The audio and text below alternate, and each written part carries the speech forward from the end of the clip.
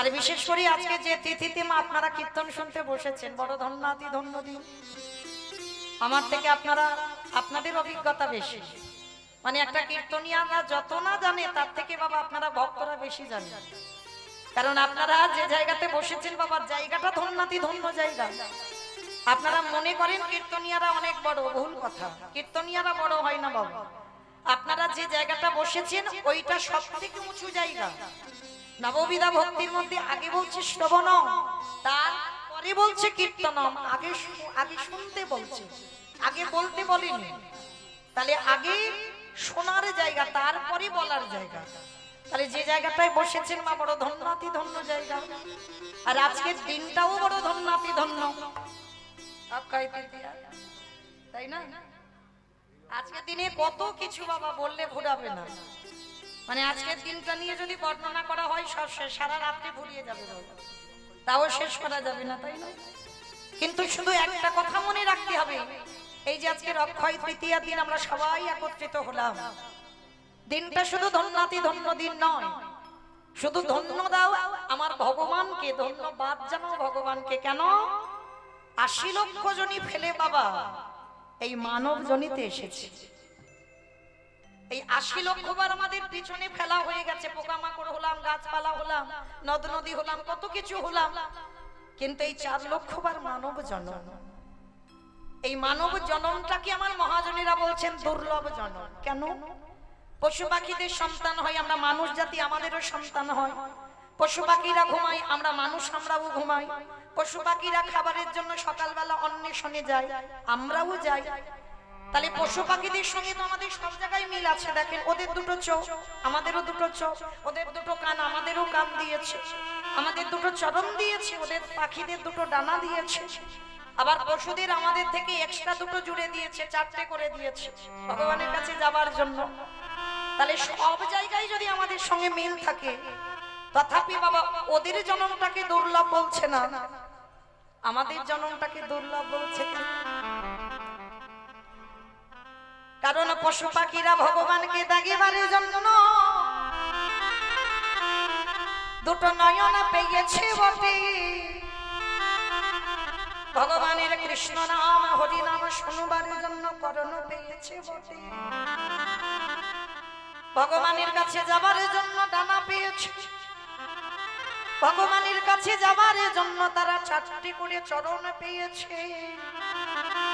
তাহলে সব তোমাদের সঙ্গে মিল আছে, আরো বেশি দিয়েছি বই কম নয়। তথাপি ওদের জন্মটাকে দুর্লভ বলছে না, আমাদের জন্মটা দুর্লভ হলো। কেন হলো? কারণ ওরা সেবা করবার জন্য বদন পেয়েছে বটে, কিন্তু হরি বলবার মতো, হরি বলবার মতো ভাষা পেল না। ওরা নয়ন পেল,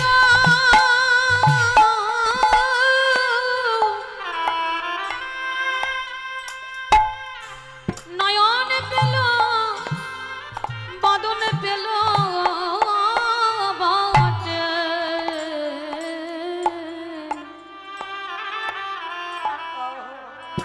কিন্তু হরি বলে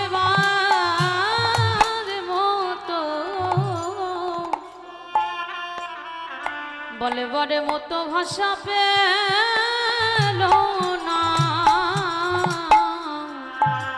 কবুল হরি বললেন ওরে কলির জ্ঞানন্ধজি, কলির জ্ঞানন্ধজি, ওই ৮৪ লক্ষ জনি জনমে পেয়ে ৮০ লক্ষ জনি ফেলে এসে ৪ লক্ষ বার মানব জন্ম। কিন্তু পশু পাখিরা বলতে চায়, বলতে পারে না। আরে আমরা মনুষ্য কুলে জন্ম নিয়ে বলবার জন্য আমরা বদনে পেয়েছি বটে, কিন্তু হেলায় জন্ম, হেলায় জন্ম হারাই ৮৪ লক্ষ জনি, হরি বল হরি বল। ৮৪ রাশি লক্ষ জনে ভ্রমণ করে আমরা হেলায় জন্ম হারাইলাম। ওরে কলির জীবী আমরা চোখে থাকতে সব অন্ধ হলো। একেবারে হরি বলে কাঁদলাম না গো, আমরা সবাই মায়ার বাঁধনে বন্দী হলো। আমরা হরি ভজন করলাম না রে, আমরা ভজন যোগ্য দেখো দেহ পেলাম বটে, কিন্তু হরি ভজন করলাম না রে। আমরা শুধু এলাম খেলাম এই ভব ছেড়ে চলে গেল।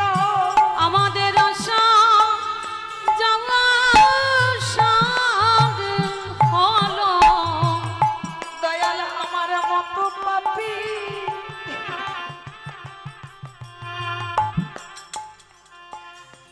জগতে আর কেউ হলো। বলে এইবার উদ্ধার করো মোরে, আমি তোমার ঘাটে এসে আমি দাঁড়াই রইল। একেবারে পারে করো হে দয়াল হরি, দয়াল তুমি বিনে আমার আরে গতি না। বলে তুমি তো আমার পিতা বন্ধু ভাই, আমার জাতি গুলো মান গুরু গৌরা। ওই চরণেতে সপে দিলাম। দয়াল তুমি আমার কেশে ধরে টেনে নিও। আমি যে মায়া মাঝে পড়ে আছি, তুমি আমার মায়ার বন্ধন মুক্ত করো। তুমি তো পতিত পাবন গৌর হরি, আমি ওই চরণে সব সপিলাম। আমার দেহ মন প্রাণ জীবন যৌবন, দয়াল জাতি গুলো গুরু গৌরা। ওই চরণেতে সপে দিলাম। তুমি জানো আমার চরণ ছাড়া করো না দয়া। আমি আগে ভাগে জানায়ে রাখলাম, তুমি জানো চরণ ছাড়া করো না দয়া। শুধু এ জন্মে নয় জন্মে জন্মে আমরা হেলায় জন হেলায় জন্ম হারাইলাম।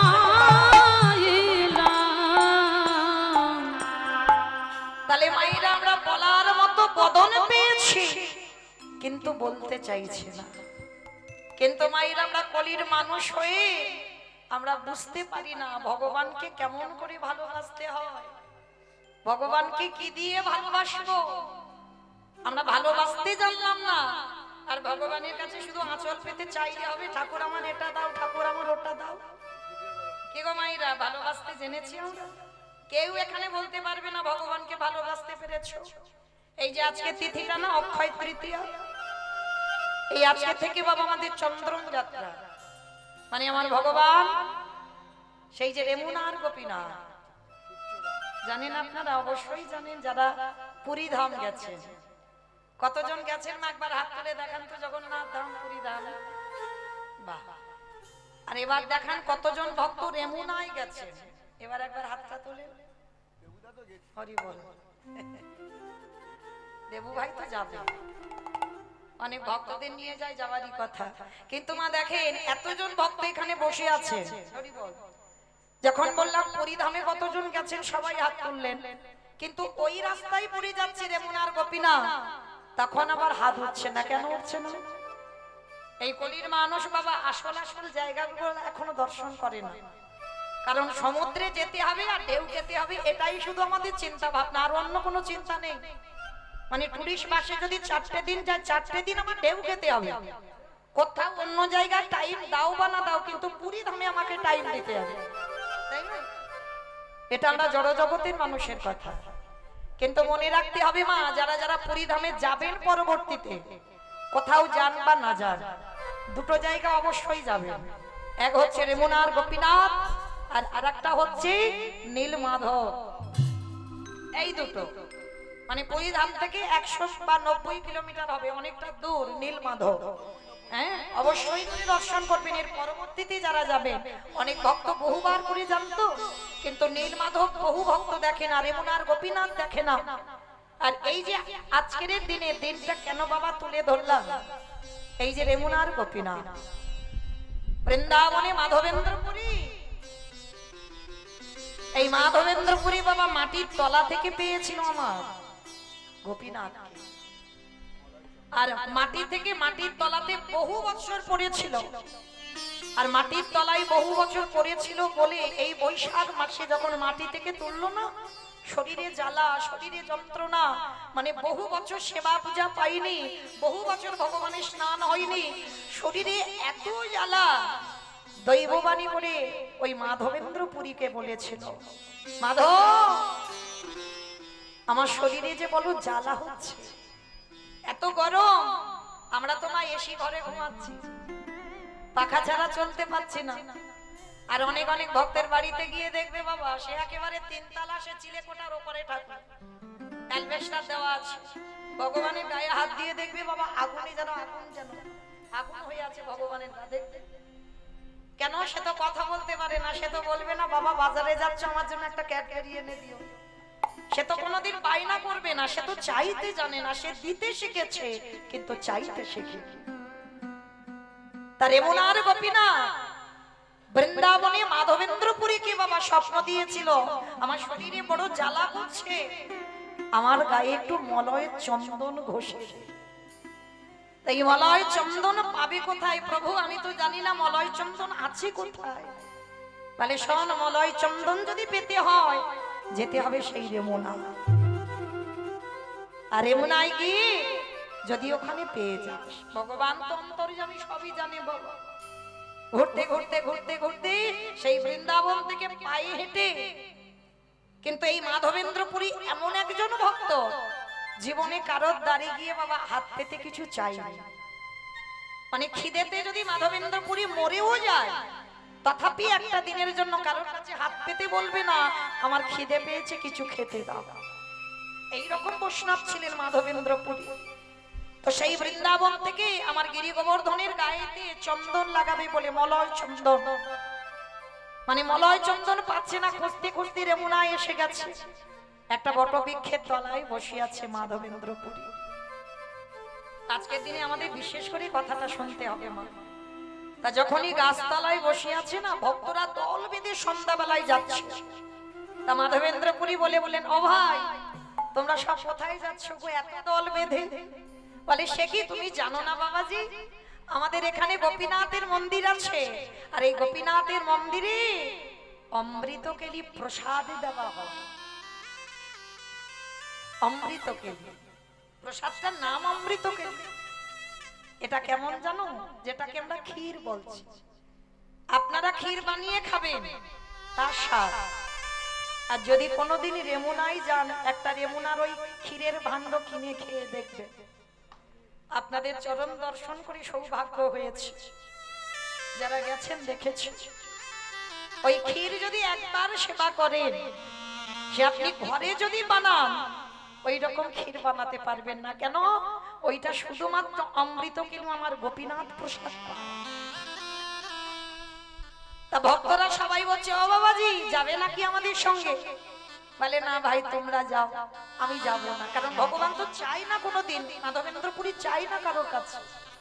তা সবাই যখন যাচ্ছে, গোপীনাথের সন্ধ্যা আরতি হবে, অমৃত করে ভোগ লাগা হবে, প্রতিদিন 12টা করে মালসা, প্রতিদিন ওই অমৃত কেলি ক্ষীর 12টা মালসা দেওয়া হয়। বাবাজি প্রতিদিন নিত্য 12টা মালসা। আর এখন আর বাবা মালসা নেই, সে ছোট ছোট খুরি হয়ে গেছে।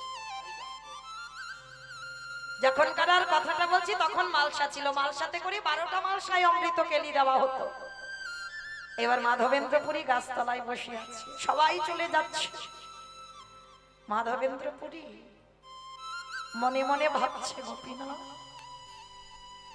নিজের জন্য নয়, মনে মনে ভাবছে যে অমৃতে কলি কি করে বানাতে হয়, যদি আমি একবার জানতে পারতাম না, তাহলে আমার বৃন্দাবনে গিরি গোবর্ধন জিওকে একটু সেবা করাতাম।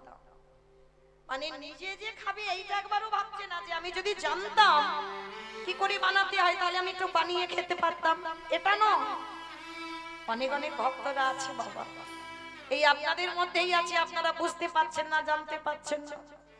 যা যা কিছু বাজারে প্রথম ওঠে, যে কোনো সবজি বলো ফল বলো, মনে মনে একটাই ভাবনা আগে আসে, আগে আমার ভগবানকে সেবা দিই,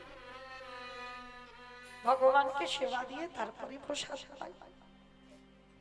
তা মাধবেন্দ্রপুরীর মনে ইচ্ছা, যদি জানতাম কি করে বানাতে হয় তাহলে আমি নিজের হাতে বানিয়ে আমি আমার গিরি গোবর্ধন জিউকে দিতাম। অন্তরে আমি ভগবান, অন্তরে জানতে পেরে ওই ভক্ত যদি চায় মনোবাক্যে ভগবানের কাছে কিছু জানায়, আমার ভগবান পৃথিবীর যে প্রান্তে থাকুক না কেন, ও যে ভক্তের মনোবাসনা,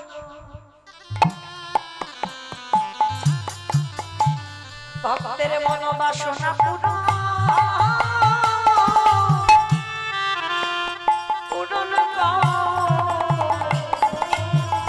সে যে ভক্ত বাঞ্ছা,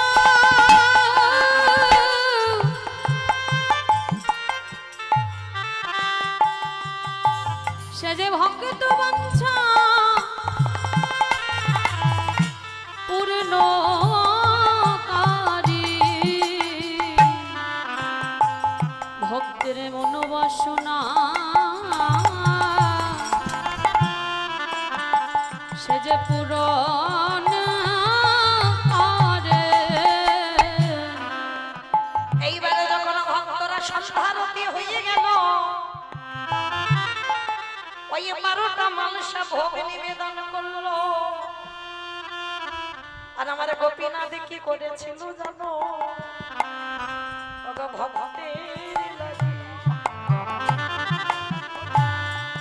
আমার ভগবান চুরি করি, আমার ভক্ত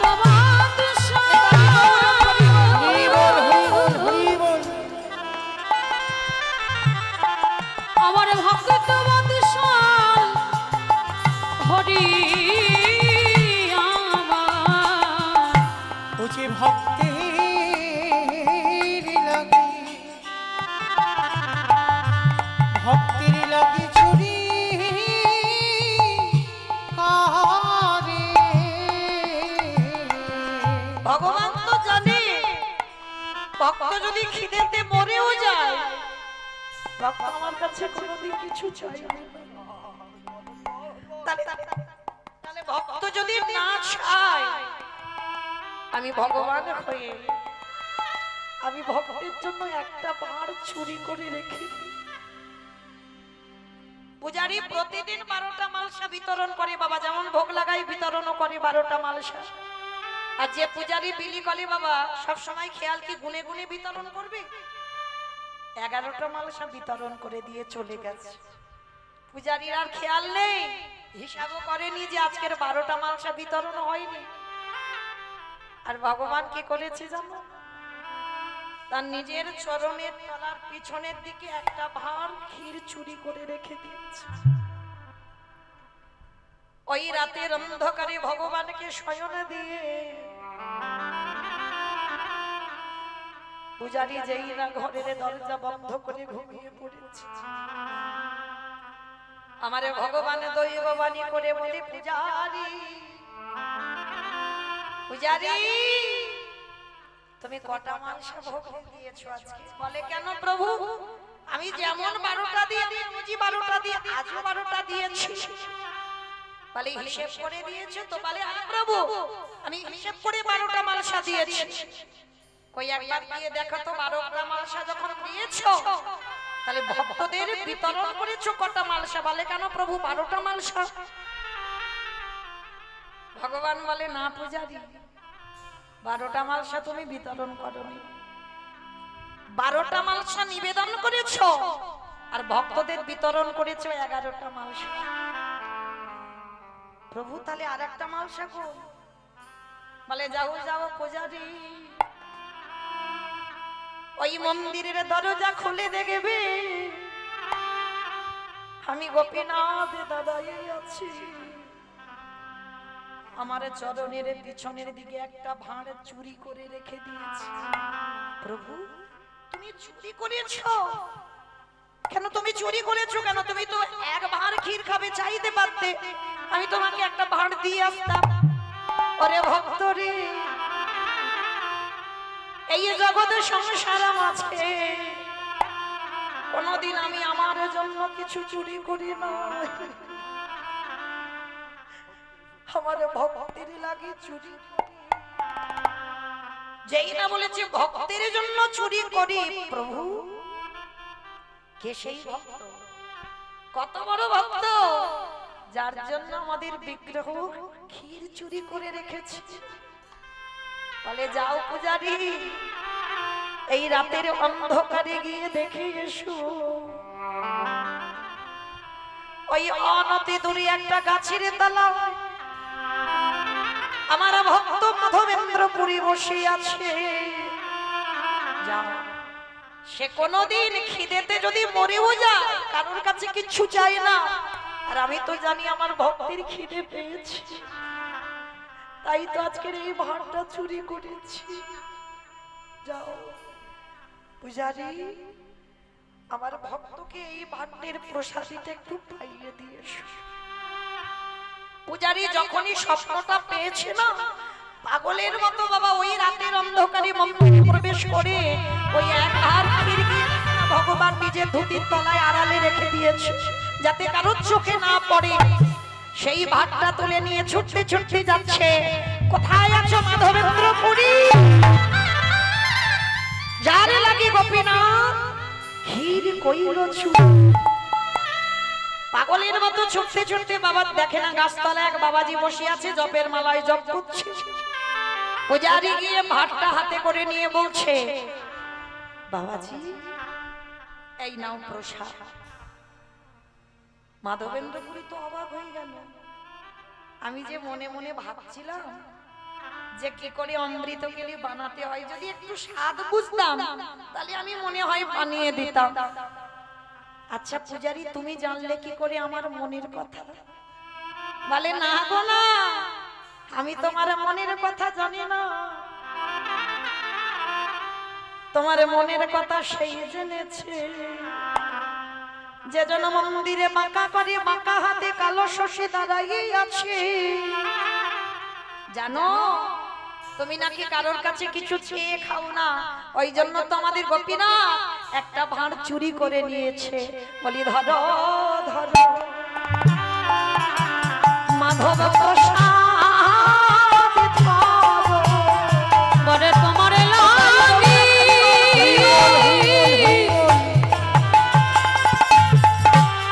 তোমার লাগি চুরি কইল,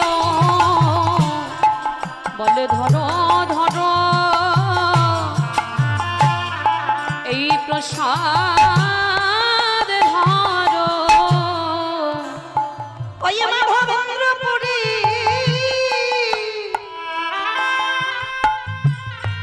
আজ নয়ন জলে বক্ষ যুগল ভাষায় কাঁদে আর বলে গোপীনাথ,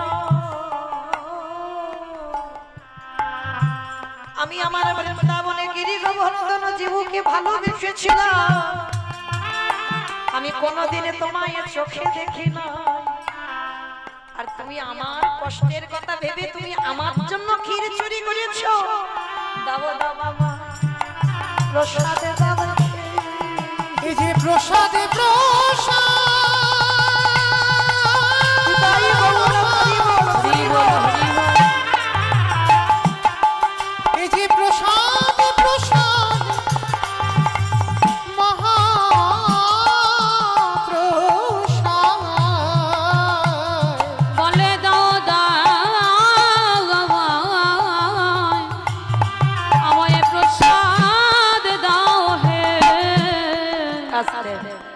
এইবার কি করেছে বাবা আমার মাধবেন্দ্রপুরী ওই বসে বসে ক্ষীরটা সেবা করলো। শুধু ক্ষীর নয়, ভগবান ভাণ্ডারটা চুরি করেছে বলি না, সেটাও ফেলেনি। কারণ আমার ভগবান আমার জন্য চুরি করেছে। কোথায় ফেলবো আমি এই ভাতটা? মাধবেন্দ্রপুরী মনে মনে ভাবছে এখনো তো মলয় চন্দন পাইনি, তার থেকে একটা কাজ করি, এই ভাতটা আমি আমার আঁচলে বেঁধে রাখি। যতদূর রাস্তায় যাব এই ভান্ডারটা ওই পাত্রটা ভেঙে ভেঙে আমি একটু করে প্রসাদী স্বরূপে পাবো। কোথাও ফেলেনি, ভগবান চুরি করেছে বলে, ভগবানের উচ্ছিষ্ট, ভগবান ওতে পরশ করেছে বলে মাধবেন্দ্র কোথাও ফেলেনি পাত্রটা। আজকে সেই মাধবেন্দ্রপুরী যখন বসে বসে খাচ্ছে না, বয়স হয়েছিল তো, আর কোথায় ঘুরে ঘুরে জঙ্গলে মলয় চন্দন পাবে। গোপীনাথ কেঁদে বলল, মাধবেরে মলয় চন্দন নিয়ে তোকে আর বৃন্দাবনে যেতে হবে না। ওই বৃন্দাবনের যেই গিরি গোবর্ধনে যেও, সেই তো আমি গোপীনাথ। ওগো দুজনে দুজনেই ভেদ নয় গো। ওই বৃন্দাবন, ওই বৃন্দাবন, এই রে মুনা বলে দুজনে নানা ভেদ নাই গো। কারণ মায়েরা ভক্ত যদি কষ্ট পায়, ভগবানে আরো দ্বিগুণ কষ্ট পায়। বলল মাধব, আর বৃন্দাবনে গিয়ে গিরি গোবর্ধনের গায়ে চন্দন লাগাতে হবে না, এই রেমুনাতে বসে তুমি গোপীনাথের অঙ্গে চন্দন লাগাও। আমার ভক্তের ভাই হরি বল হরি বল। বড় কষ্ট হবে, তাই রে মনাতে বসে চন্দন লাগা। ভগবানে মাধবের কাছে এসে বলে, মাধবের আয় আয় আমার হৃদয়ে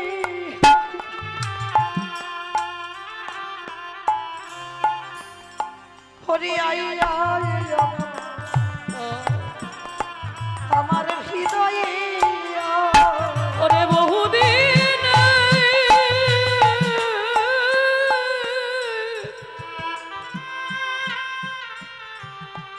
আমার বহুদিন অঙ্গের জাউলো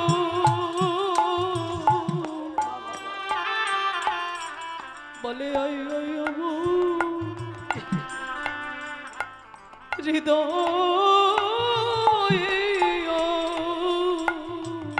ওগো জোড়ালো জোড়ালো আমার বহুদিন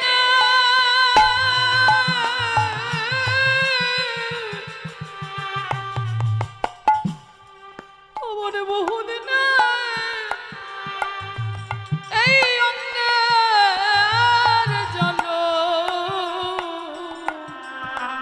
জল জুড়াইলো জুড়াইলো আজ দুজনায় কাঁদে ওই ভক্ত কাঁদে নিতাই গৌরে হরি বল খুলে।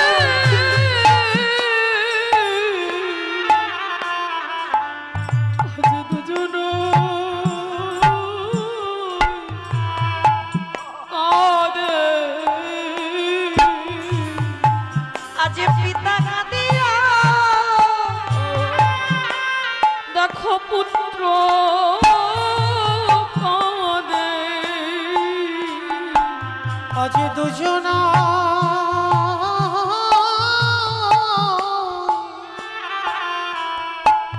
কাঁদে। বলে কাঁদবে নব কেন কেন গো?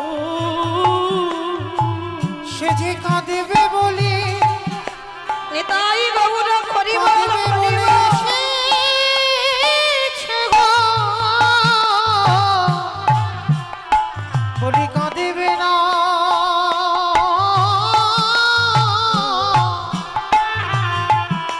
কেন গো? সেই মাধব কি আর যেতে হলো না বৃন্দাবনে?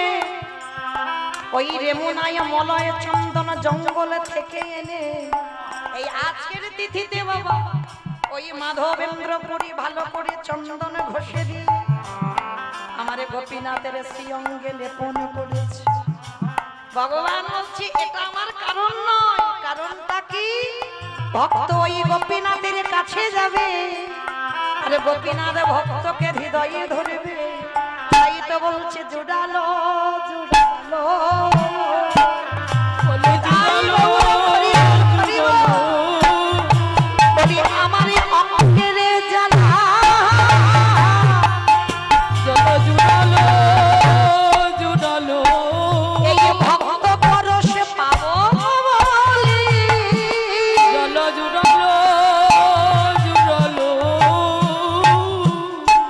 তাহলে ভাইরা আজকে থেকে আমরা সেই 21টা দিন শুধু আমরা নয় মাধবেন্দ্রপুরী ওই গোপীনাথের সর্ব অঙ্গে চন্দন এমনি করে বেটে বেটে সারা গায়ে দেয়। কেন? চন্দন খুব ঠান্ডা। হ্যাঁ, এই বৈশাখ মাসে এত তাপ, যেমন আমরা এই তুলসী গাছে এই মাসেই তো ঝাড়া বাঁধি। কেন? এত গরম, এত তাপ থাকে বাবা, তুলসী গাছ তো মরে যাবে, বাঁচবে না এত গরমে। আর যার জন্য আমাদের ঝাড়া বাঁধতে হয়। ঠিক এই রকম 21টা দিন ওই মলয় চন্দন মানে শ্বেত চন্দন আমার ভগবানের অঙ্গে লাগাতে হয়।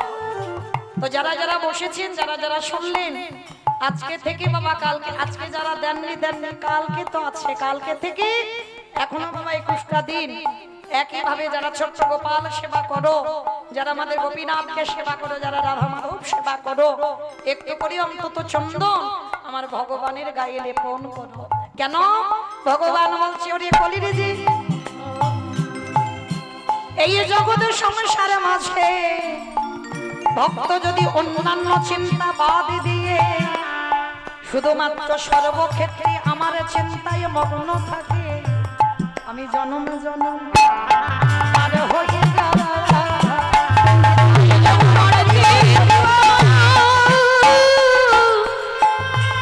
আমার চিন্তা সদাই করে আমি জন্ম জন্ম তারে হয়ে যায়। তাহলে আজকে দিনে বাবা সেই চন্দন যাত্রা শুরু হচ্ছে।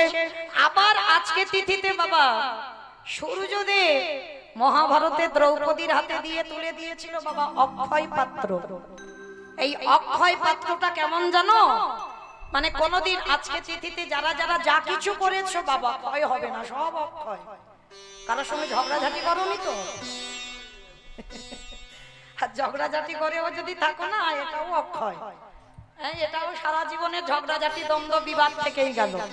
তো আজকে এই সূর্যদেব দ্রৌপদীর হাতে তুলে দিয়েছিল অক্ষয় পাত্র। কেমন জানো পাত্রটা?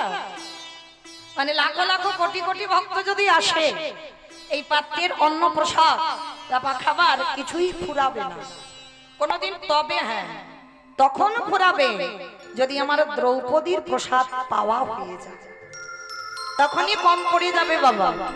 এই নিয়মটা এখন আমরা অনেক পরিবারে মেনে চলি। দেখবেন ঘরের যে বউ হয়, ঘরের যে ঘরণী হয় না, সবার আগে কোনোদিন খেতে নেই।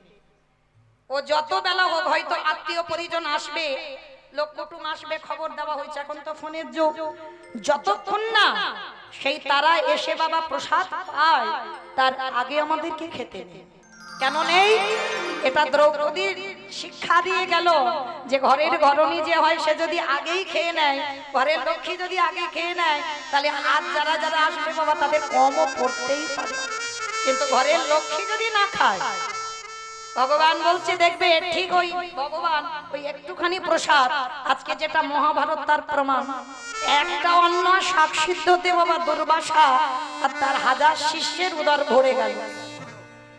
একটা অন্ন আর একটা শাক সিদ্ধ, সম্ভব? কিন্তু ভগবানের কৃপা থাকলে সব সম্ভব হয়। এই দ্রৌপদীর হাতে যখন অক্ষয় পাত্রটা দিয়েছিল, আর বাবা একদিন দুর্বাসা এসেছিল পরীক্ষা করবে বলে দ্রৌপদীকে। কিরকম পরীক্ষা? বলে দেখো কোনোদিন তো সেবা দিতে পারবে না, এরা জঙ্গলে বাস, আর ওই জঙ্গলে যা কিছু পায় তাই তো খায়, আর দুর্বাসার হাজার শিষ্য, এদের খেতে দেবে কি করে? চিন্তায় পড়ে গেল। আর দুর্বাসা গিয়ে দ্রৌপদীকে আদেশ দিল, দ্রৌপদী, আমার এই হাজার শিষ্য আজকের আমি এসেছি তোর বাড়িতে প্রসাদ পাবো। আর ইতিমধ্যে বাবা সেদিন যে অত বারবেলায় যে আসবে দ্রৌপদী তো বুঝতে পারেনি। 5 জন স্বামীকে সেবা দিয়ে দ্রৌপদীর প্রসাদ পাওয়া হয়ে গেছে। হাই ভগবান, এইবার যেই না প্রসাদ পাওয়া হয়ে গেছে, দুর্বাসা এসে প্রসাদ চাইছে। কিন্তু বাবা 1000 লোকের যদি রান্না করতে হয় কত বড় হাঁড়ি কড়া লাগবে? আর জঙ্গলে দ্রৌপদী ওরা পাবে কোথায় অত বড় হাঁড়ি কড়া? কত থালা বাসন পাবে কোথায়? কিছুই তো নেই, কত জ্বালানি নেই, কত বড় উনান নেই। আর এর দুর্বাসা হচ্ছে সব থেকে বড় রাগী মন, সব থেকে বড় রাগ। মানে ইনি তো যেমন তরুণ নয়, বাবা ভোলানাথের দ্বিতীয় কলেবর। বাবা ভোলানাথ যেমন সংহার কর্তা, বাবার দ্বিতীয় কলেবর হচ্ছে দুর্বাসা, সতী অনুসুয়ার সন্তান। সেই যে ব্রহ্মা বিষ্ণু মহেশ্বরকে অনুসুয়া মা বেঁধে রেখেছিল না, তারপরে তো 3 দেব অনুসুয়ার পুত্র সন্তান হয়ে দ্বিতীয় কলেবরে এসেছিল। আর বাবা ভোলানাথ দুর্বাসা হয়ে অনুসুয়ার ঘরে এসেছিল। আজকে সেই দুর্বাসা এমনিতে তো রাগী, অনুসুয়া হরিবল, দ্রৌপদী আর পঞ্চপাণ্ডব তো ভয়ে থরথর করে কাঁপছে। বলেই দুর্বাসা স্নানে চলে গেছে, স্নান করে এলেই ওদের প্রসাদ দিতে হবে, যা কিছু একটু অন্ন ব্যঞ্জন করলেই হবে। পরীক্ষা করতে গেছে দুর্বাসা। কিন্তু মা আপনারা ধরতে না পারেন, আমরা ধরতে না পারি, ভগবান 1000 শিষ্য এখানে তো দ্রৌপদীর কাছে তো বেশ। চলো তাহলে দ্রৌপদী এবার চিন্তায় পড়ে গেছে, বাবা অতগুলো ভক্তের সেবা দেবে কি করে? আর এদিকে দুর্বাসা শিষ্যদের নিয়ে স্নানে চলে গেছে, স্নান করে এলেই সেবা দিতে হবে। আর সেদিন দ্রৌপদী পঞ্চস্বামীকে সেবা দিয়ে আর দ্রৌপদীর সেবা হয়ে গেছে। ওই যে বললাম ঘরের নারী যদি বাবা, ঘরের লক্ষ্মী যদি সেবা হয়ে যায় তাতে কম পড়তে পারে। এবার অক্ষয় পাত্র বাবা যেটা দিয়েছিল সূর্যদেব, তার থেকে তো দ্রৌপদীর সেবা হয়ে গেছে। মানে আর কিচ্ছুটি নেই, যারা রান্না করেছে 6 জন 5 জন স্বামী, আর দ্রৌপদী সেবা হয়ে গেছে। আর সেদিন বাবা প্রসাদ পেয়েছিল কলা পাতায়, কলা পাতায় প্রসাদ পেয়েছে। দ্রৌপদী ভয়ে চিন্তায় পড়ে গেল যে এইবার দুর্বাসা যদি আসে, সেবা যদি দিতে না পারি, না জানি আমার কত অভিশাপ করে যাবে। চিন্তায় পড়ে নিরজনে বসে বসে চিৎকার করে শুধু একবার ডাক দিয়েছিল, সখা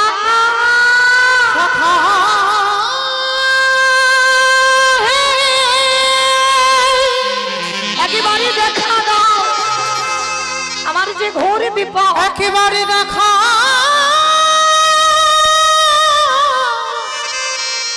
দেখা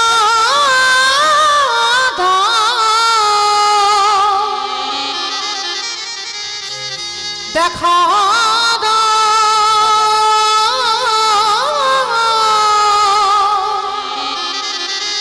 সখা হে। সেই না দ্রৌপদী একবার আকুল প্রাণে সখা বলে ডাক দিল, আর কি ভগবান থাকিতে পারে? ওই দ্রৌপদীর আকুল আত্মনাতে আমার ভগবান ছুটে এসে দাঁড়াইল, সখীর দ্বারে যা বুঝি ভক্তে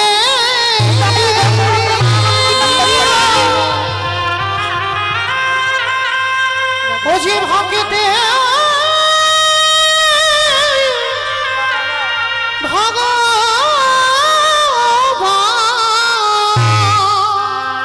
একেবারে দেখা দাও তুমি। ভক্ত ডাকিলে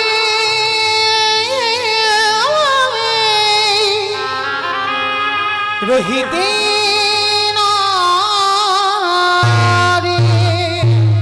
যেই না দ্রৌপদী একবার সখা বলে ডাক দিল, ভগবান চতুরের চূড়ামণি এসে দ্রৌপদীর সামনে দাঁড়িয়ে বলছে, সখী হাত দেরি নয়, বড্ড খিদে পেয়েছে, তাড়াতাড়ি খেতে দাও। তুমি কেন ডেকেছো আমি পরে একটু শুনে নেব, আগে আমার খাবারের ব্যবস্থা করো। ছলনাময় তো। আর যেই না দ্রৌপদীর কাছে এসে কৃষ্ণ খেতে চেয়েছে, দ্রৌপদী মাথায় হাত দিয়ে বসেছে, হাই ভগবান, আমি আমার সখাকে ডাকলাম, আমার ঘোর বিপদ, আমার ঘরে কিচ্ছুটি নেই, আর আমার সখা এসে বলছে দ্রৌপদী আমার তাড়াতাড়ি খেতে দাও কিছু। ভগবান এসে বলছে কি ব্যাপার সখী, এখনো দাঁড়িয়ে আছো কেন, খেতে দাও, আমায় বড্ড খিদে পেয়েছে।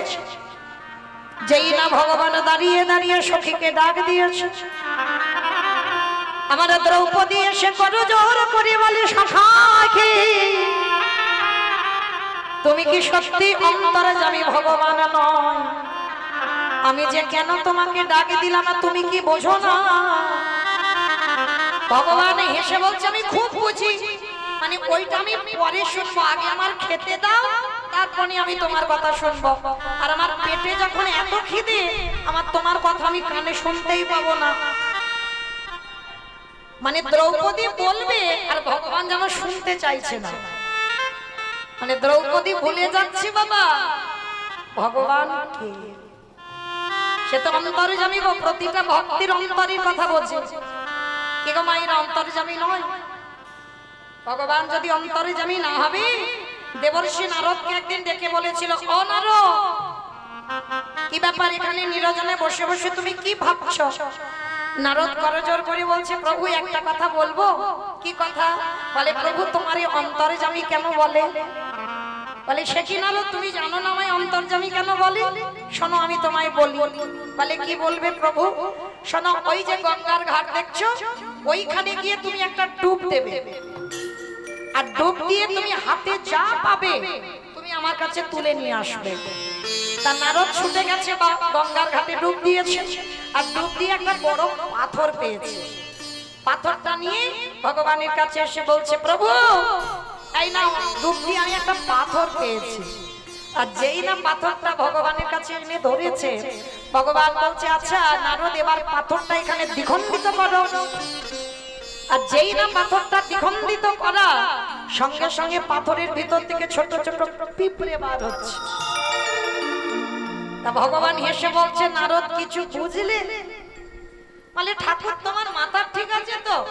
আমি তোমার কাছে জানতে চাইলাম তোমাকে অন্তর্যামী কেন বলে, আর তুমি বললে নারদ ডুব দাও, তুমি ওর ভিতরে কি আছো গুড়ি আনো, আবার এখানে আনতে বলছে ভেঙে দাও, আমি কিছু বুঝতে পারছি না। নারদ পাথরটা ছিল কোথায়? তাহলে কেন ঠাকুর জলের তলায়? আর জল থেকে যখন নিয়ে এলে এখানে যখন ভাঙলে তুমি কি জানতে এই পাথরের ভিতরে এই ছোট ছোট পিঁপড়ে বাসা বেঁধে আছে? বলে না, আমি কি করে জানবো? বলে না রো, ওই জলের তলায় পাথরে ছিল, পাথরের ভিতরে পিঁপড়ে বাসা বেঁধে ছিল। ওদের আহারের ব্যবস্থা জগতে কেউ করে না, ওদের আহারের ব্যবস্থা আমাকে নিত্য করে দিতে হয়। আর এই জগৎ সংসারে প্রত্যেকের অন্তরের কথাই আমি বুঝি, আমি জানি না গো। এইবার বুঝলে তো? সবার অন্তরের কথা আমি জানি বলে আমি হলাম জগতে অন্তর্যামী। ও এইবার বুঝাচ্ছি প্রভু। তা ভগবান অন্তর্যামী সখী দ্রৌপদীর কাছে এসেছে, সখী পরে তোমার কথা শুনবো, আগে আমার খেতে দাও, বড্ড পেটটা জ্বলছে।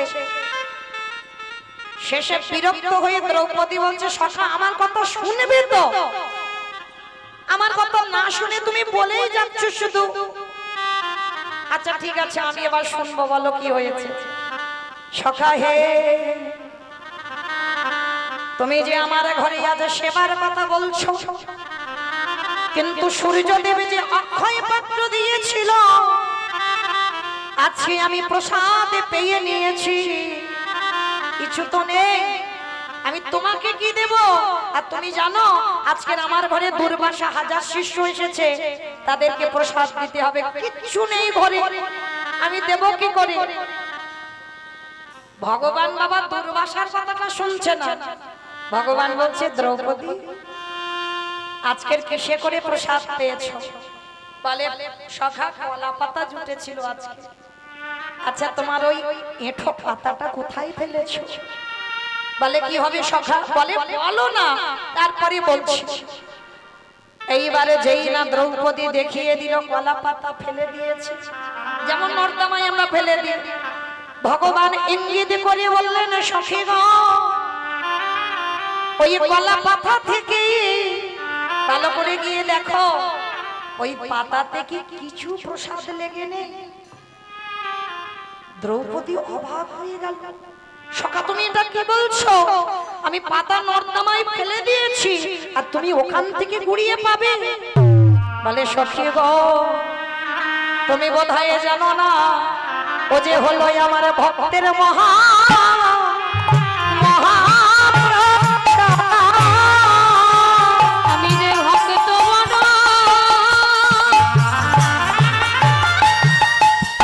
বড় ভালোবাসি, বলি ও যে হলো মহা মহাপ্রসাদ। সখী আমি এ যুগে না, প্রতি যুগে যুগে ভক্তের মহাপ্রসাদে বড় ভালোবাসি। শুধু এ যুগে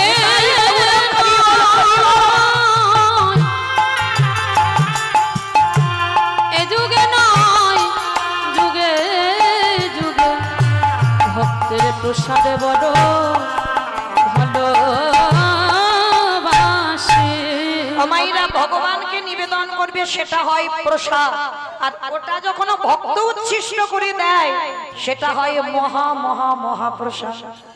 এই যে জগৎ সংসারের মাঝে ভগবান বললেন আমারে ভালোবাসতে হবে না, এই জগতে যদি কোনো একজন ভক্ত সৌভাগ্যক্রমে একজন শুদ্ধ ভক্ত পেয়ে যায়, যদি কোনোদিন সেই ভক্তের উচ্ছিষ্ট প্রসাদে পেয়ে যায়, তারে নরজন ধন্য হবে গো। তাই গৌর হরিব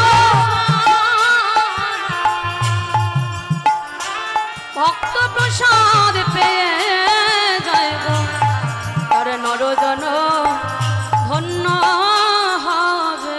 আস্তে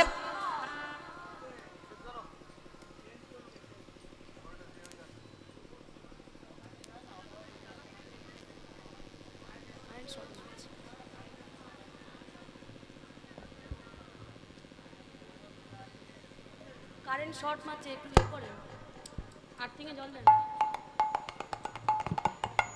জরা নিতাই গৌর প্রমানন্দে হরি বল হরি বল হরি বল হরি বল।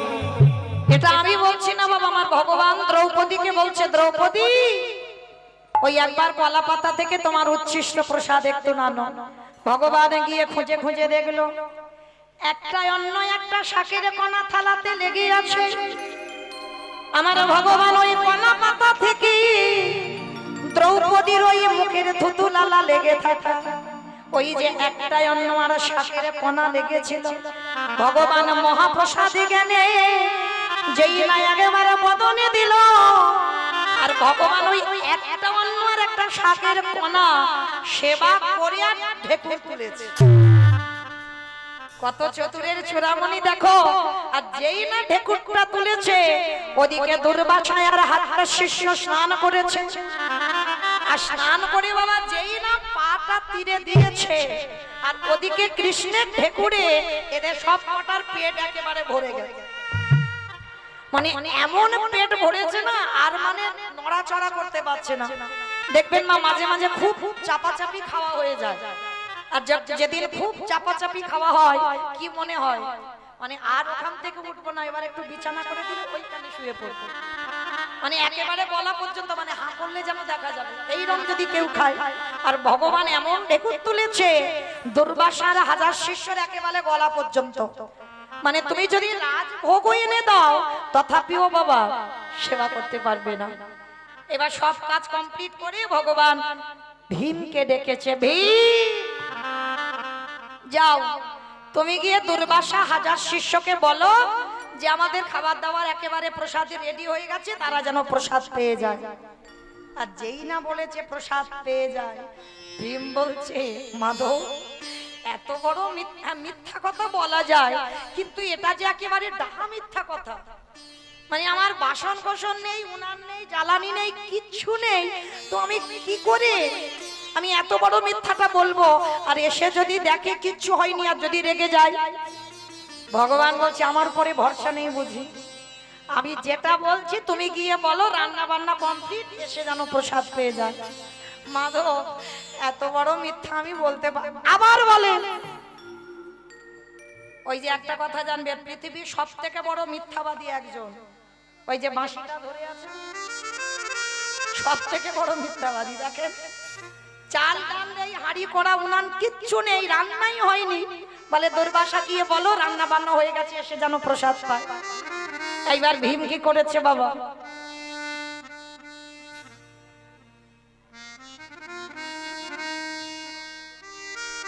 যেই না নয়ন জলি আমার ওই বক্ষ যুগল ভাষায় কাঁদিয়ারে বলে হৃদয়ময়। একবার বলে দাও কি বলবে, তুমি গিয়ে বলো যেন সেবা করে যায়। এইবার ভীম ধীরে ধীরে যায়, আরে যেই না ধীরে ধীরে গিয়ে দুর্বাসা 17,000 শিষ্য শয়নে আছে, আর এত খাবার খেয়েছে বাবা, মানে পেট আর নড়তে চড়তে পারছে না। এইবার ভীম গিয়ে করজোর করে বলছে হে মুনিবর, কৃপা করে আমার বাড়িতে প্রসাদ পাবেন বলেছিলেন, কৃপা করে যদি প্রসাদটা পেয়ে নেন। যেই না বলেছে প্রসাদটা যদি পেয়ে নেন, সঙ্গে সঙ্গে দুর্বাসার 1000 শিষ্য করজোর করে বলছে অসম্ভব। আমি বলেছিলাম ঠিক কথা, কিন্তু আজকের আর প্রসাদ পেতে পাবো না। কেন পারবে না? বলে বুঝতে পারলাম না, স্নান করে উঠে আমাদের কি হলো কজনের, মানে এত হঠাৎ করে যেন পেট ভরে গেল, আর কোথাও আমরা যেতেও পারবো না, এখান থেকে আর খেতেও পারবো না, তুমি ভীম ক্ষমা করে দাও। আর যেই না দুর্বাসা বলা, ভীম তো শোনা মাত্র চমকে ভীমি মনে মনে ভাবলেন মাধব আজ আমার চৈতন্য হয়ে গেল, এই জগতে ভক্ত কোন ঘোর বিপদে পড়ে যদি সব কিছু বাদ দিয়ে যদি গোবিন্দ চরণ আশ্রয় করে বসে থাকে, ভগবান বলছে সকল বিপদে যদিও পড়ে যায়, সকল বিপদ থেকে আমি তাকে মুক্ত করে দেব। এইবার ভীম গিয়ে ভগবানের কাছে মাথাটা নিচু করে দাঁড়িয়েছে। ভগবান মুচকি মুচকি হেসে বলছে কি ব্যাপার ভীম, এলো না? বলে প্রভু কি গন্ডগোল হলো বুঝতে পারিনি, যেই না বললাম প্রসাদী রেডি আপনারা চলে আসেন, বলল তাদের নাকি খিদেই নেই। ভগবান হেসে বলছে ভীম জিজ্ঞেস করুনি কি করে হলো? বলে না তারা বলছে তো নিজেরাই জানে না, কিন্তু সখী দ্রৌপদী আড়াল থেকে মাধবের দিকে তাকায় আছে। হে সখা হে, এই জগতে সংসার আছে ভক্তির মান বাড়াবার লাগি, তুমি শুধু এ জন্মে নয়, তুমি জন্ম জন্ম তুমি ভক্তের হয়ে যাও হে। ওই তাই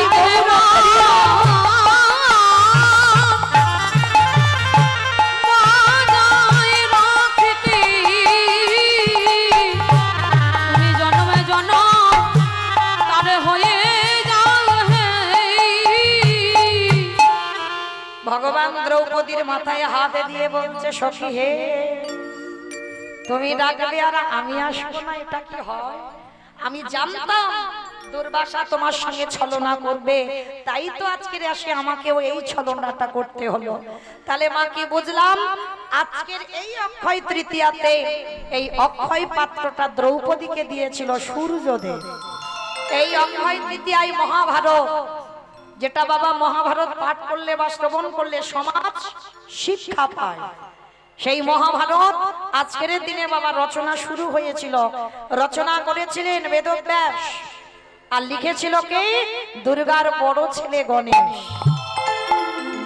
আজকে তিথিতে বাবা যেখানে ডুব দিলে আমরা সকল পাপ থেকে মুক্তি পেয়ে যাই, পতিত পাবনী গঙ্গা। হ্যাঁ, ওই যে ভগীরথ এনেছিল বাবা গঙ্গা সাগর, সগর রাজার ৭,০০০ পুত্রকে উদ্ধার করবার জন্য পতিত পাবনী গঙ্গাকে আহ্বান করে আনলো আমার ভগীরথ। তাহলে আজকে তিথিতে বাবা জগন্নাথ ধামে যারা যাবেন রথযাত্রায়, আজকে তিথিতে ওই জগন্নাথের রথের কাঠ তৈরি প্রথম আজকে থেকে শুরু হয়। হ্যাঁ, মানে ভরি ভরি প্রমাণ সমুদ্র মন্থনে বাবা কুবেরের সেই ধন সম্পদ মা লক্ষ্মী আজকে তিথিতে উঠেছিল।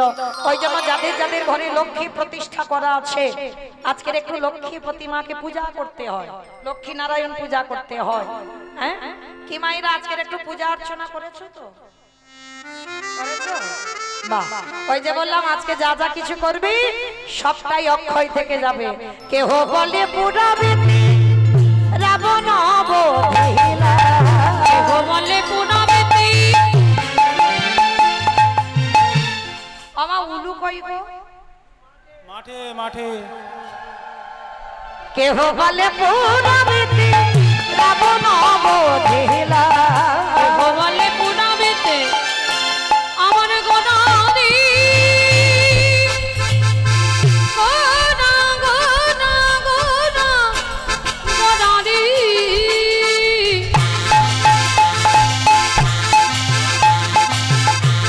গোনা গোনা গোনা গোনাদি গোনা গোনাদি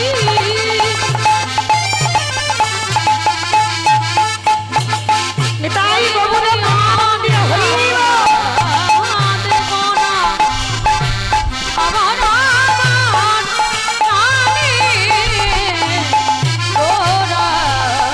কেহ বলি পুনমিতি রাবণ বধিলা, গোলকের বৈভব লীলা প্রকাশ করিলা, ওই গোলকের বৈভব লীলা প্রকাশ করিলা।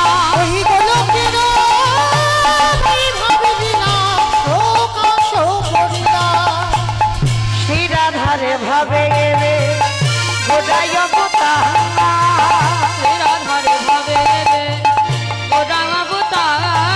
আরে শ্রীরাধা আবে গোটাই অবতার, রাধারে ভাবে রে গোরা অবতার ওগো হরে কৃষ্ণ নামে গৌর করিলা প্রচার, ওই হরে কৃষ্ণ নাম উলুধ্বনি করিলা প্রচার ওই হরে কৃষ্ণ নাম গৌর হরিলা প্রচার। এইবারে লীলা প্রকাশ হলো, এইবারে লীলা প্রকাশ হলো এইবারে লীলা প্রকাশ হলো, এইবারে লীলা প্রকাশ হলো গোলকের বৈভব লীলা প্রকাশ করিলা, এই গোলকের বৈভব লীলা প্রকাশ করিলা ওই গোলকের বৈভব লীলা প্রকাশ করিলা। বাসুদেব ঘোষ কহে করি জোড়হা, করি জোড়হা ওগো যে গো সেই কৃষ্ণ সেই তো জগন্নাথ, সেই তো জগন্নাথ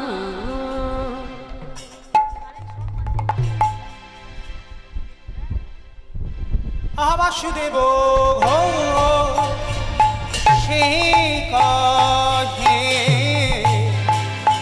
এইবারে লীলা প্রকাশে হলো বাসুদেব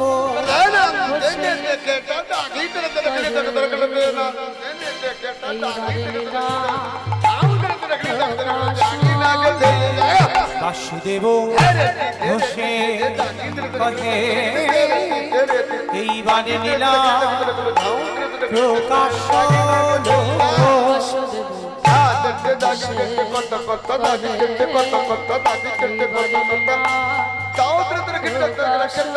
হলো বাসুদেব ঘোষে কহে এইবার লীলা প্রকাশ হলো বাসুদেব ঘোষে ঘোষে কহে এইবার লীলা প্রকাশ লরে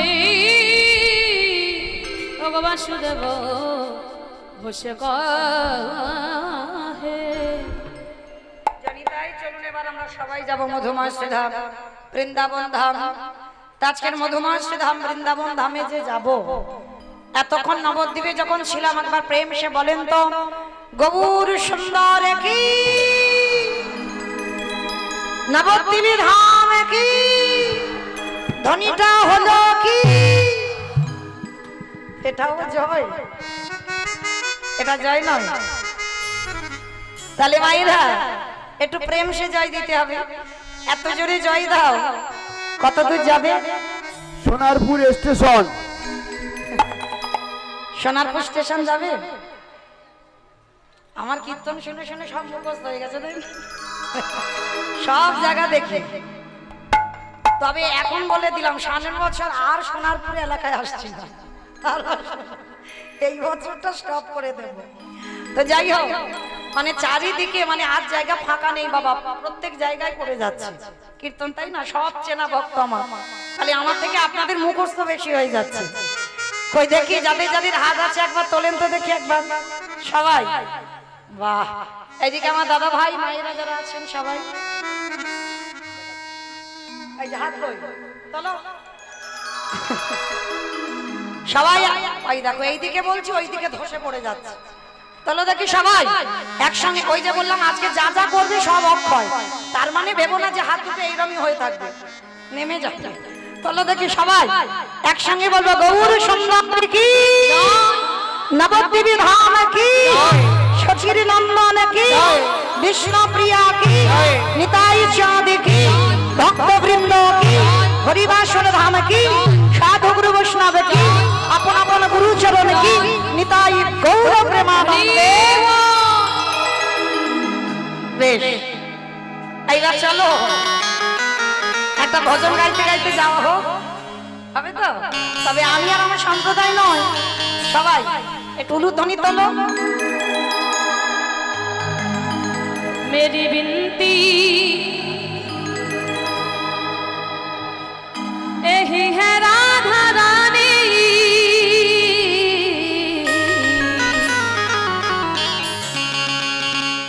कृपा बरसाए रखना राधा रानी, कृपा बरसाए रखना राधा रानी, कृपा बरसाए रखना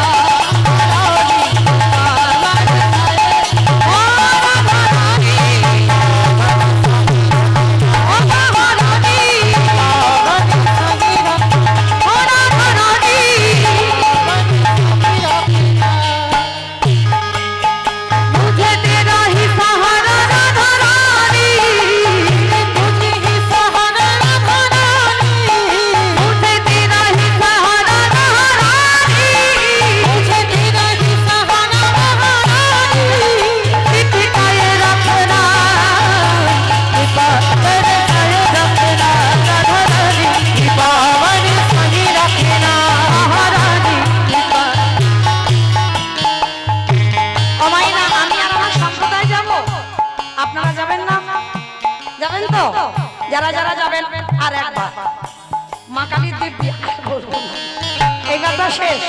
ওই দেখি সবাই আমার সঙ্গে হাত দুটো তোলেন, একসঙ্গে করে করো তালি, কেমন সবাই? রাধে রাধে রাধে রাধে রাধে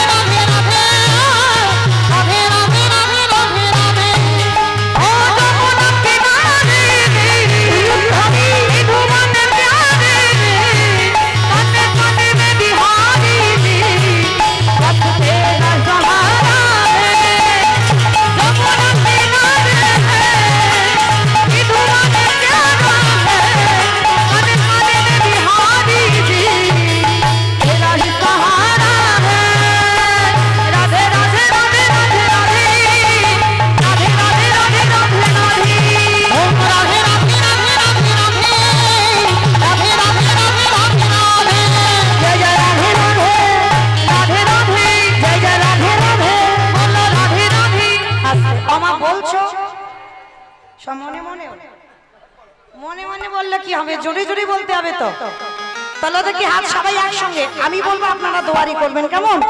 জয় জয় রাধে রাধে রাধে রাধে রাধে রাধে राधे राधे वृंदावन में गोवर्धन में राधे राधे निधोवन में राधे राधे तालवन में राधे राधे कमलवन में राधे राधे ऊंचा गांव में राधे राधे बरसाना में राधे राधे राधा कुंड में श्यामा कुंड में हरिद्वार में प्रेम से बोलो धन से बोलो जोर से बोलो आपके बिहारी को बोलो राधे राधे राधे राधे राधे राधे राधे राधे राधे राधे बोलो निताई गौरा हरि बोल हरि बोल को बोलो राधे राधे राधे राधे राधे राधे राधे राधे राधे राधे राधे राधे राधे राधे राधे प्रेम से बोलो राधा रानी की दूर জয়টা হয়নি, এত ভক্তের এইটুকু নাকি আওয়াজ। এটা কি বসবো করতো না কি বলে বসবো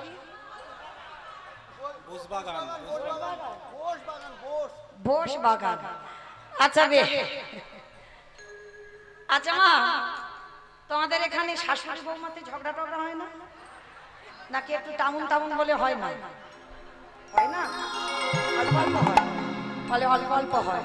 আচ্ছা ওই অল্প অল্প যখন হয় যে আওয়াজটা বার হয় একবার বের করে দেখাও, একটু গলাটা ছেড়ে দাও, কেমন? রাধা রানী কি জয়। তার মানে ঝগড়া হয়। বৃন্দাবনেশ্বরী কি জয়, যমুনা মাইয়া কি জয়, নন্দগাঁও কি জয়, মুছিয়াগাঁও কি জয়, বর্ষানাও কি জয়, ভক্তবৃন্দ কি জয়, হরিবাসর ধাম কি জয়, সাধু গুরু বৈষ্ণব কি জয়, আপন আপন গুরু চরণ কি জয়, নিতাই গৌর প্রেমানন্দে। পৌঁছে গেলাম আমরা সবাই বিষয়। তো আজকে আমরা লীলা আস্বাদন করব, একটু রঘুপতি রামচন্দ্রের লীলা। ওই যে বললাম কি গাইব আমার মাথায় আসে না, তো আজকে আমরা আস্বাদন করব।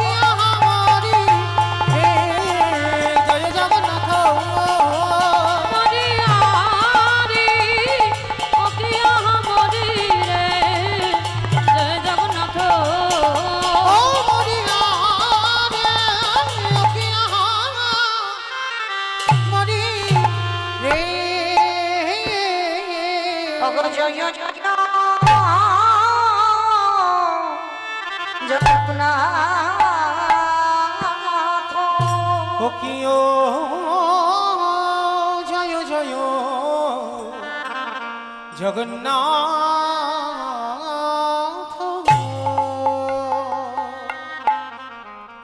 আজে জয়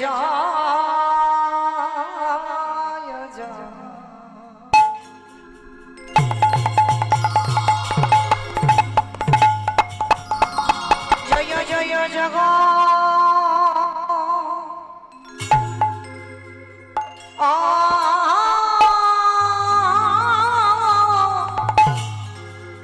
জগন্নাথ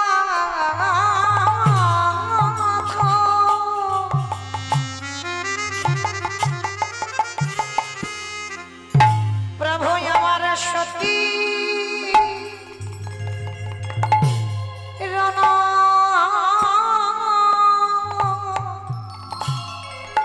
নন্দা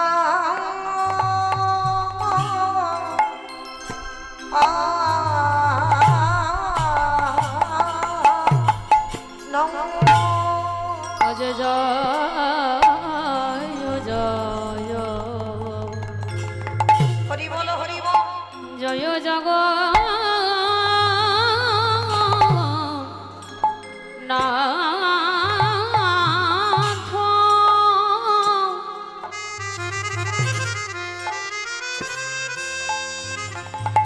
আমার উলুধ্বনি মায়ের একটু প্রেম সে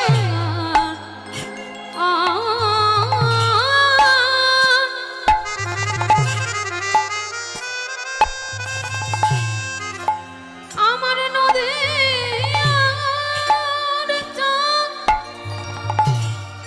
গোরা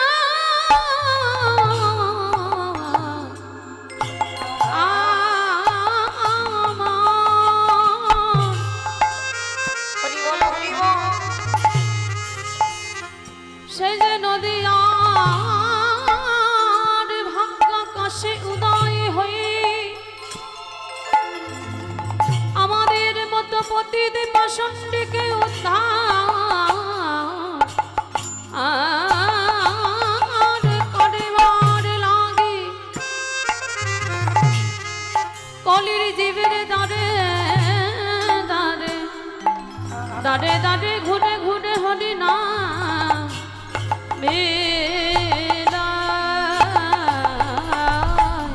আহা জয় জয়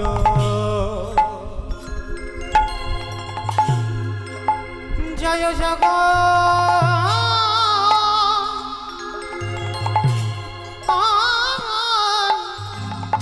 জগন্নাথ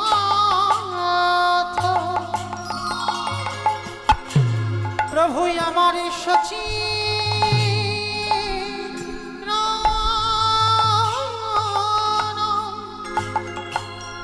নন্দা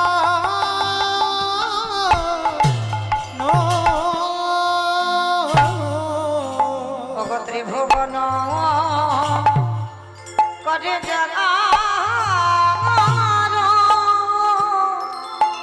চর চর চর আচরণ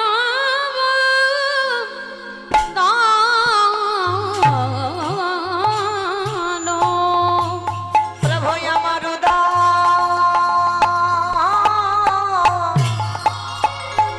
উদয় হয়েছে প্রভু আমার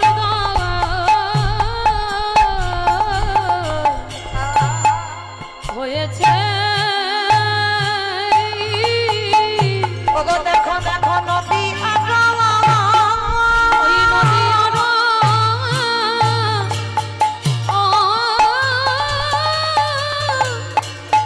ওই ভাগ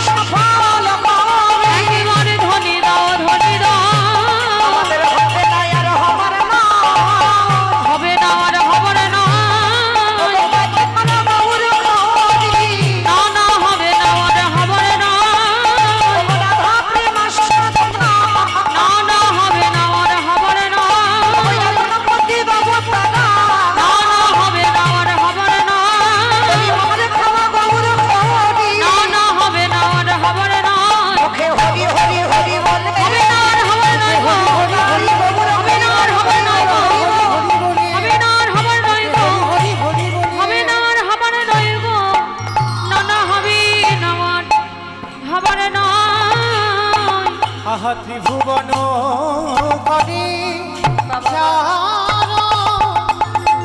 চরণ চরণ চরণ আহা চরণ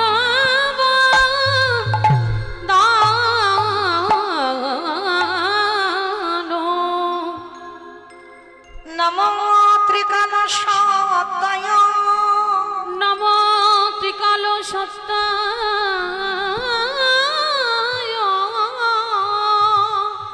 জগন্নাথ সুতয় চ জগন্নাথ সুতায় সপত্রায় সহিত্রায় সকল ত্রায়তে নমো নমঃ সকল ত্রয়তে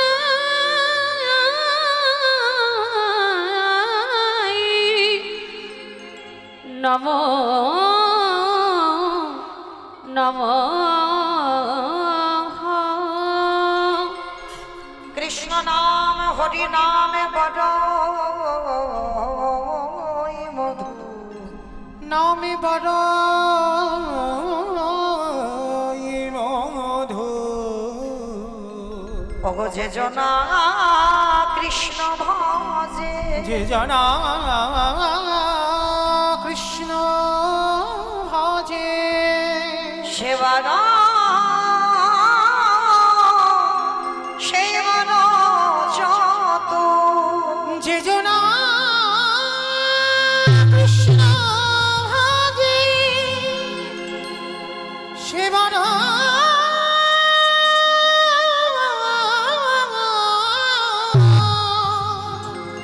সে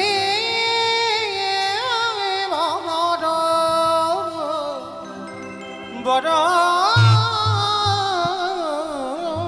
ছোট ওই ব্রিজের মধ্যে বিক্ষয়া আছে। ওই বৃক্ষ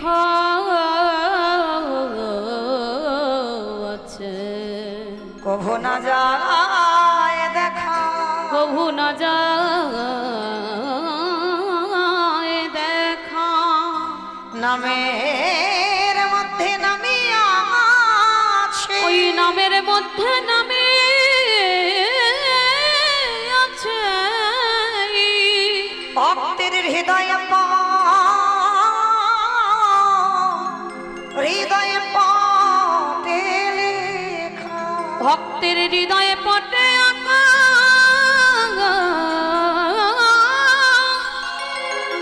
ভক্তের হৃদয়ে পটে আঁকা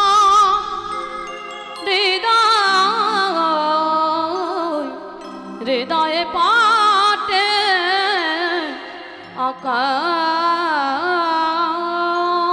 এই হরি নামে নয় রে ভাই আর হরি নাম আছে অনেকে হরি নাম আছে এই হরি নামে নিয়ে যা সেই হরি নামের কাছে সেই হরি নামে কাছে এই আসরে বৈশা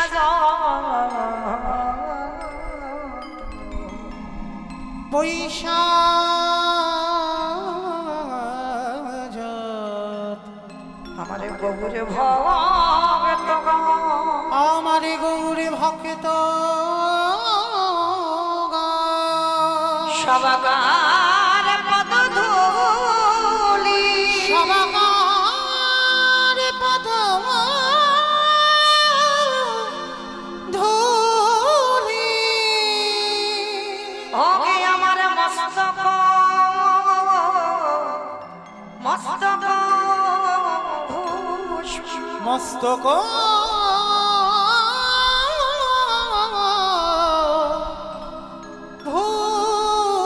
ভূষণ আমার আমার প্রাণ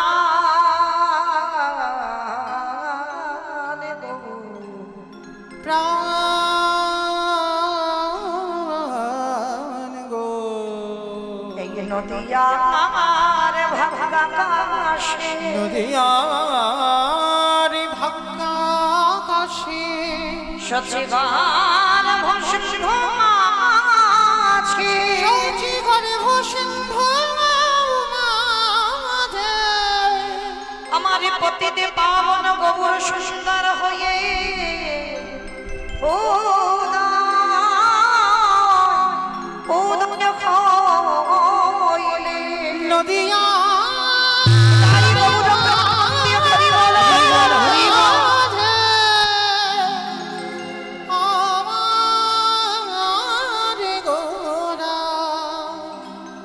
উদয়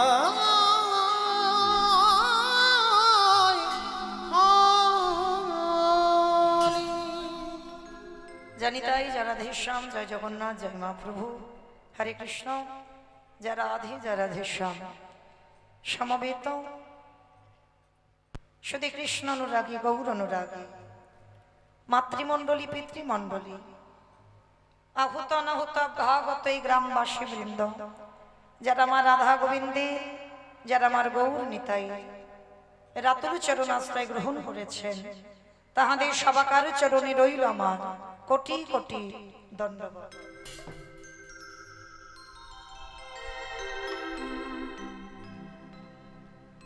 তারপরে জানাই এখানে যত সাধুগুরু ব্রাহ্মণ বৈষ্ণব আছেন তাহাদের পাদ পদ্মে রইল আমার ভক্তিপূর্ণ দণ্ডবত প্রণাম। তারপরে জানাই বাবা, আমি আমার পিতামাতার চরণে, আমার শিক্ষা গুরু দীক্ষা গুরুর চরণে অনন্ত কোটি কোটি দণ্ডবত প্রণাম। তারপরে যাদের কথা না বললে বাবা সব থেকে বড় ভুল হবে, সব থেকে বড় অপরাধ হবে, যে দাদা ভাই বাবা ঠাকুর ভাইদের ওই ক্লান্তিক প্রচেষ্টায় আজকের মহতী নাম যজ্ঞানুষ্ঠান, যাদের সহযোগিতায় আজকের কীর্তন, আমার মতো অধম কীর্তনিয়া মৌমিতা ঘোষ, আমি আমার সম্প্রদায়ের তরফ থেকে সর্বাগ্যে যে দাদা ভাই বাবা ঠাকুর ভাইদের উদ্যোগে কীর্তন, তাদের চরণে জানালাম ভক্তিপূর্ণ দণ্ডবত প্রণাম। একটু উলুধ্বনি দেন না।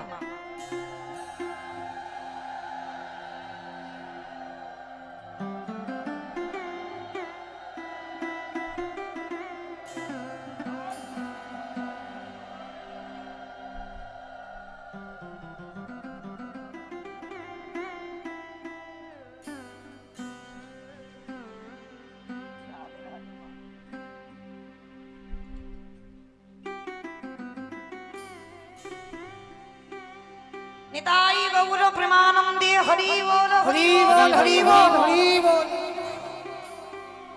তাহলে কীর্তনের প্রারম্ভে শুধু আমি বলি নয় মা, এটা আমার ব্যক্তিগত মত, আমার মনে হয় কীর্তনের প্রারম্ভে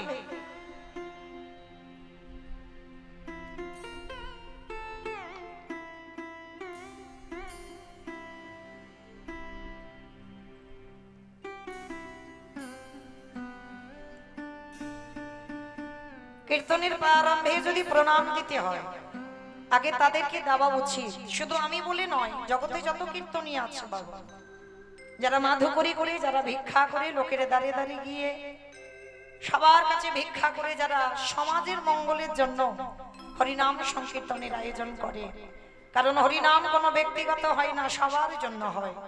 তাহলে সবার মঙ্গলের কথা ভেবে যারা হরিনামের আয়োজন করে, আমার মনে হয় কীর্তনের প্রারম্ভে সর্বাগ্যে তাদের চরণে দণ্ডবত জানানো উচিত। তাই আমি অধম কীর্তনিয়া মৌমিতা ঘোষ, আমি আমার সম্প্রদায়ের তরফ থেকে সর্বাগ্যে তাদের চরণে জানালাম ভক্তিপূর্ণ দণ্ডবত প্রণাম। বিশেষ বিশেষ করে বাবা প্রণাম দেওয়ার কারণ একটা, কারণ আমাদের ভুলে গেলে হবে না বাবা, এটা কলিযুগ। কলিযুগে যাগযজ্ঞ নয়, ব্রত পূজা নয়, ধ্যান তপস্যা নয়, যে যাই করো না কেন নয়, কলির মানুষের মুক্তির পথ হবে একটাই, এই হরির নাম সংকীর্তন।